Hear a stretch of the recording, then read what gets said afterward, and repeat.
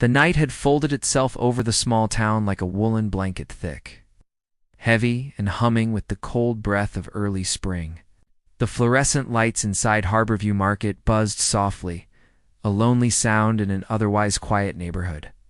Outside, the parking lot stretched into shadow, empty except for a few scattered carts and the lingering smell of rain settling into the pavement. Inside, Mia Turner, 19 years old, and running more on caffeine than courage, locked the final register drawer. Her hands were small and quick, but tonight they trembled as she counted the last bills. The store had closed 10 minutes ago, but the silence made her uneasy, as though something were waiting.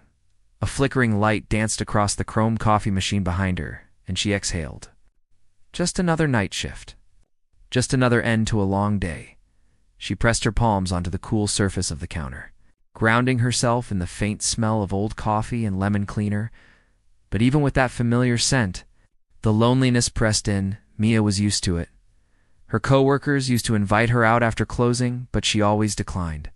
Not because she didn't want to, go she did, but because every hour counted. Her mother's medical bills sat like an unspoken weight in the apartment drawer. And Mia had learned early that responsibility didn't wait for convenience. Her brown hair was tied back in a messy knot, strands escaping after a long shift. The sleeves of her faded red store uniform were pushed up to her elbows, revealing faint ink smudges where she'd written reminders to herself earlier in the day: call the insurance office, pick up medicine, finish her class assignment. She yawned, blinking against the soft burn behind her eyes. She hadn't slept more than 4 hours in a night in weeks. Still, she forced a small smile. She'd made it through another day. The sound of distant laughter echoed from aisle 9. She straightened. That laughter didn't belong to her coworkers. Everyone had gone home, the wrong people at the wrong time at first.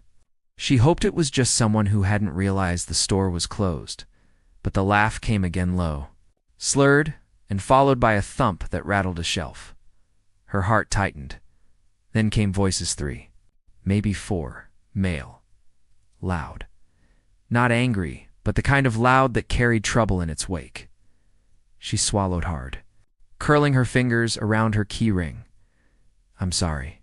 We're closed for the night," she called out gently, voice echoing down the aisles. No answer. Another thump. Her pulse jumped.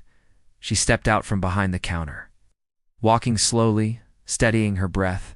The store felt cavernous now, aisles stretching like dim corridors.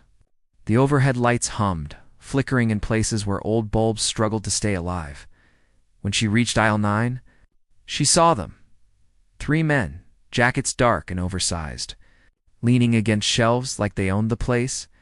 One flicked a candy bar wrapper onto the floor. Another kicked it farther down the aisle. Their laughter dripped with mockery. One turned to face her, eyes glazed just enough to be unpredictable.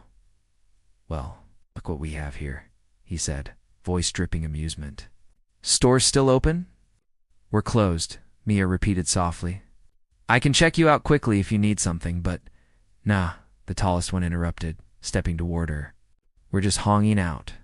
"You alone here?" Her stomach clenched. "Don't answer that." She forced a polite smile. "I just need you to head toward the front, please," the man smirked. "Or what? You'll kick us out yourself." Another stepped closer, too close, the stale smell of cheap beer settling between them. Mia took a step back. She didn't cry. She didn't panic. She'd been through worse. But her heart beat so loudly she swore they could hear it. The tallest one grabbed a bag of chips off the shelf and tore it open. Eyes locked on her as crumbs scattered across the floor. "You gonna clean that up?" he taunted. Her hands trembled at her sides, and then a slow, heavy footstep echoed from behind her, followed by another. Then another. The air shifted. The men's expressions flickered confusion first, then uncertainty. Mia turned. 3 figures stood at the end of the aisle, still as stone. They were enormous broad shoulders beneath leather jackets, helmets tucked under their arms. The overhead lights reflected off patches stitched onto their vests. She recognized them instantly. They'd come in 15 minutes before closing. A quiet group, polite. They bought energy drinks and protein bars. nodding to her with a warmth that surprised her for men who looked like they could lift a motorcycle with one arm. She hadn't realized they were still inside, but here they were, and they weren't smiling now. The tallest, biker graying beard, eyes sharp with the steady calm of someone who'd lived through worse than drunk troublemakers, spoke first. "Evenin'," said quietly, voice low as distant thunder. "Store's closed," one of the thugs scoffed. "What's it to you?" "We're having a conversation." The biker arched a brow. "Doesn't look like a conversation. Looks like you're bothering the lady." Another biker, stockier, tattoos winding up his arms like ivy, stepped forward. "She asked you to leave." "You didn't." A silence stretched, thick, heavy. The third biker leaned against the end cap shelf, folding his arms casually, though there was nothing casual about the way he watched the men. "You heard her," he said. "Out." The chip-eating thug tried to laugh, but the sound caught in his throat. He looked from the bikers to Mia, then back again. "This ain't your business," he muttered. The graying biker's tone didn't rise, but somehow the volume felt louder than shouting. "Son, it became our business the moment you scared her." The store fell utterly silent. The thugs shuffled, eyes narrowing. But they weren't stupid. Not entirely. The first one turned away, muttering under his breath. The second followed, shoulders tense. The third hesitated, glaring at Mia as if the whole thing were her fault. The tattooed biker stepped into his path. "Pick up your trash," he said. The thug stared up at him, swallowed, then crouched to grab the torn bag and scattered. Chips with shaking hands, he dumped them into a nearby trash can and hurried out with the others. Pushing through the glass doors and disappearing into the dark parking lot, the automatic doors closed behind them with a soft hiss. And then silence again. Mia exhaled shakily, only now realizing how tightly she'd been holding her breath. Kindness and leather jackets, the bikers didn't crowd her. Didn't ask if she was okay. Didn't demand gratitude. They simply stepped back, giving her space in the gentlest way she'd seen all week. "You all right?" The graying biker asked finally, voice softened now. Mia nodded, though her hands still trembled. "Thank you." The man said, "What matters is nobody gets to treat you like that.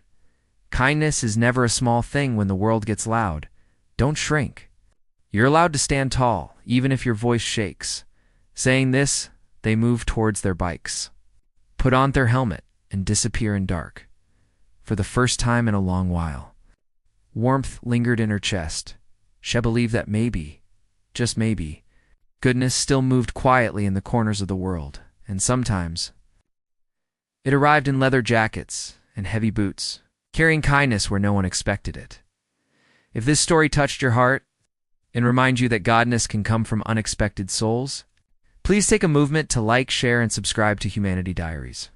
And before we end, I want to ask you, what would you have done if you were in Mia's shoes that night?